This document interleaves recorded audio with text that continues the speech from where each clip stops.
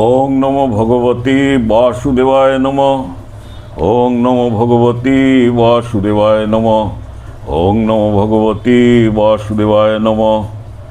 নারায়ণং নমস্কৃত্যং নরশ্চৈবং নরোত্তমং দেবীং সরস্বতী ব্যাস তত জয়মুদ্রাৎ।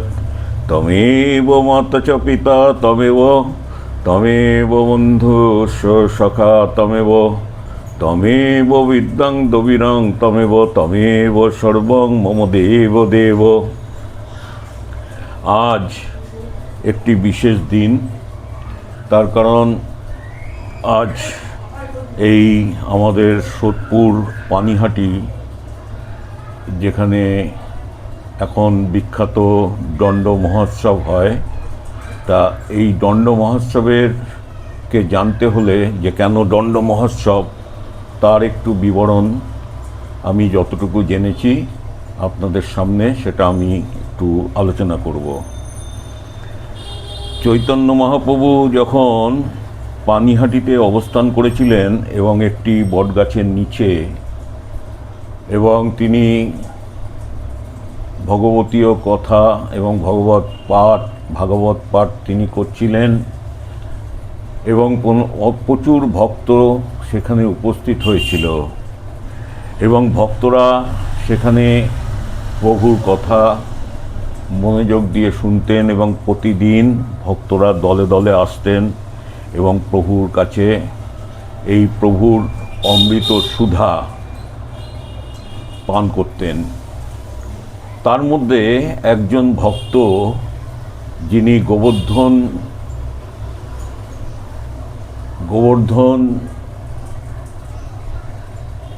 তার পিতার নাম ছিল গোবর্ধন এবং তিনি ছিলেন জমিদার, রঘুনাথ গোস্বামী মানে পরে রঘুনাথ, তখন ডাকনাম ছিল রঘুনাথ, এবং পরে তিনি সেই রঘুনাথ গোস্বামী হয়েছিলেন। সেই রঘুনাথ প্রভু তখন অল্প বয়স এবং প্রভুর কাছে নিত্যদিন আসতেন পাঠ শুনবার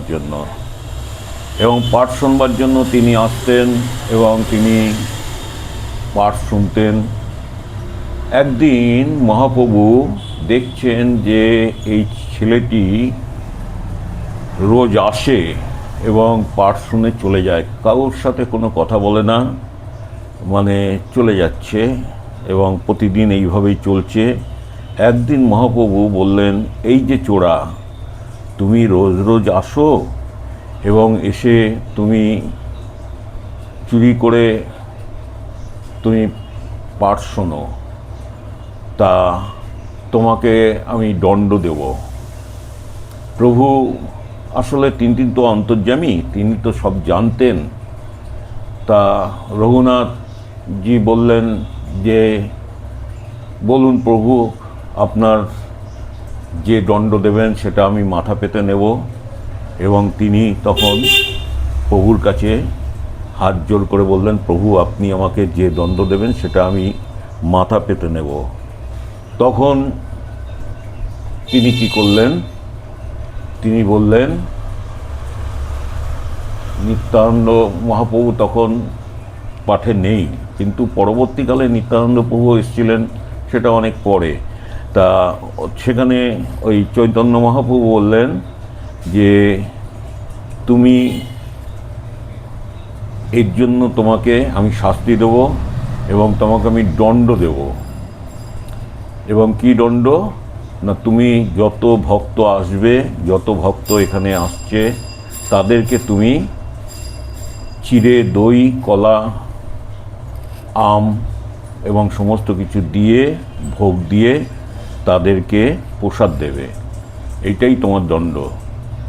আসলে গোবর্ধন, ওনার বাবার নাম ছিল গোবর্ধন পণ্ডিত, ওনাদের জমিদারি ছিল এবং পয়সার কোনো অভাব ছিল না এবং সেখান থেকে তিনি এসে সমস্ত ওই পানিহাটি গঙ্গার পাড়ে, যেখানে প্রভু পাঠ করছিলেন প্রতিদিন, সেখানে এসে সেই দণ্ড তিনি মাথা পেতে নিলেন এবং ভক্তদের তিনি ওই চিড়ে দই এবং আম এবং বিভিন্ন রকম ফল দিয়ে ভক্তদের তিনি খাওয়ালেন। এবং এই যে প্রথা, আজ থেকে 540 বছর হয়েছে মহাপ্রভুর জন্ম, আর মহাপ্রভুর তখন বয়স হচ্ছে 22 বছর। তখন মহাপ্রভু এই এসেছিলেন পানিহাটিতে। তা সেই যে ধারাবাহিক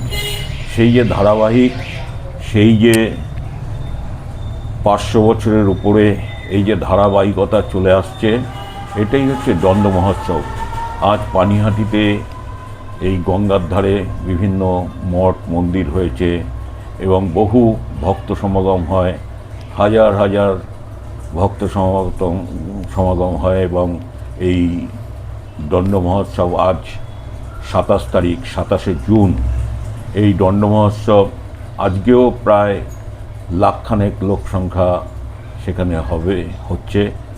এবং এই যে মহাপ্রভুর কৃপা নেওয়ার জন্য এখানে সকলে আসছে এবং সকলেই ভক্তরা এবং বিশেষ করে বৈষ্ণব সম্প্রদায় তারা এসে এখানে গঙ্গার ধারে বসে এই চিড়ে দই এবং ফল মিষ্টি দিয়ে ভোগ লাগানো হচ্ছে এবং প্রভুকে নিবেদন করে ভক্তদের মাঝে তিনি এইভাবে বিতরণ করছে প্রসাদ। আর এখানে এসেছিলেন ঠাকুর শ্রী রামকৃষ্ণ তিনি এসেছিলেন এবং তিনি পানিহাটিতে আসবেন। তার আগে দক্ষিণেশ্বরে মা অবস্থান করছেন, মা বলতে মা শারদামণি, এবং হৃদয়রামকে দিয়ে বলে পাঠালেন, যা তো তোর খুড়িকে যে বলতো যে তোর খুড়ি যাবে কিনা। তখন হৃদয়রাম যে বললেন যে মামা মামা পাঠিয়েছে মামি তোমার কাছে। বলছে কি ব্যাপার বলো। তখন বলছে যে তুমি কি পানিহাটি যাবে দণ্ড মহোৎসবে। মা শুনে, মা তো আসলে মাও তো অন্তর্যামী, মাও ঠাকুরের মনের ভাবটা বুঝতে পারলেন এবং বললেন যে না, আমি যাব না, তোর মামাকে বল আমি যাব না। মামাকে এসে বললেন হৃদয়রাম যে মামি এরকম বলল। তখন ঠাকুর একটা কথা বলেছিলেন। ঠাকুর বললেন যে সারদা সরস্বতী হচ্ছে বুদ্ধিমান এবং বুদ্ধিমতী, ও ঠিক বুঝেছে। তার কারণ আমার মনের ইচ্ছাটা ও বুঝেছে। তার কারণ আমি যদি ওকে নিয়ে যেতাম তাহলে লোকে মনে করবে যে হংসী এসছে, তা সেখানে ভক্তির ব্যাঘাত হতে পারে। তাই মা শারদা সেখানে যেতে রাজি হলেন না। ঠাকুর সেখানে এসেছিলেন এবং তিনি নিত্যানন্দভাবে মাতোয়ারা হয়ে এবং তিনি গঙ্গার ধারে নৃত্য করেছিলেন ভক্তদের সাথে এবং খোল করতাল বাজিয়ে সমস্ত তার সাথে তিনি নৃত্য করেছিলেন।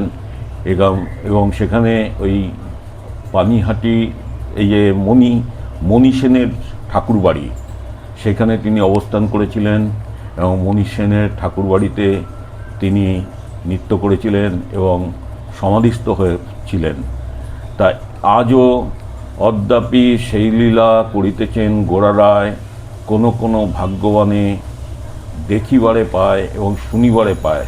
আজও এখানে আসলে, এই পানিহাটি গঙ্গার তীরে আসলে যেন মনে হয়, মণি সেনের বাড়িতে আসলে যেন মনে হয় ঠাকুর বসে রয়েছেন এবং ঠাকুর ভক্তদের সাথে নৃত্য করছেন এবং চৈতন্য মহাপ্রভু যেন আবার ফিরে এসছেন ঠাকুর শ্রী রামকৃষ্ণের ভেতরে। তা আসুন আমরা সকলে মিলে এই দিনটা উদযাপন করি এবং সকলের প্রভুর কাছে প্রার্থনা, প্রভু সকলকে কৃপা করো, সকলকে ভালো রেখো, সকলের মঙ্গল করো। হরি ওম তৎসৎ, হরি ওম তৎসৎ, হরি ওম তৎসৎ। ওং নমো ভগবতে বাসুদেবায় নমঃ। ওং নমো ভগবতে বাসুদেবায় নমঃ। ওং নমো ভগবতে বাসুদেবায় নমঃ। হরি ওং তৎসৎ, হরি ওং তৎসৎ, হরি ওং তৎসৎ।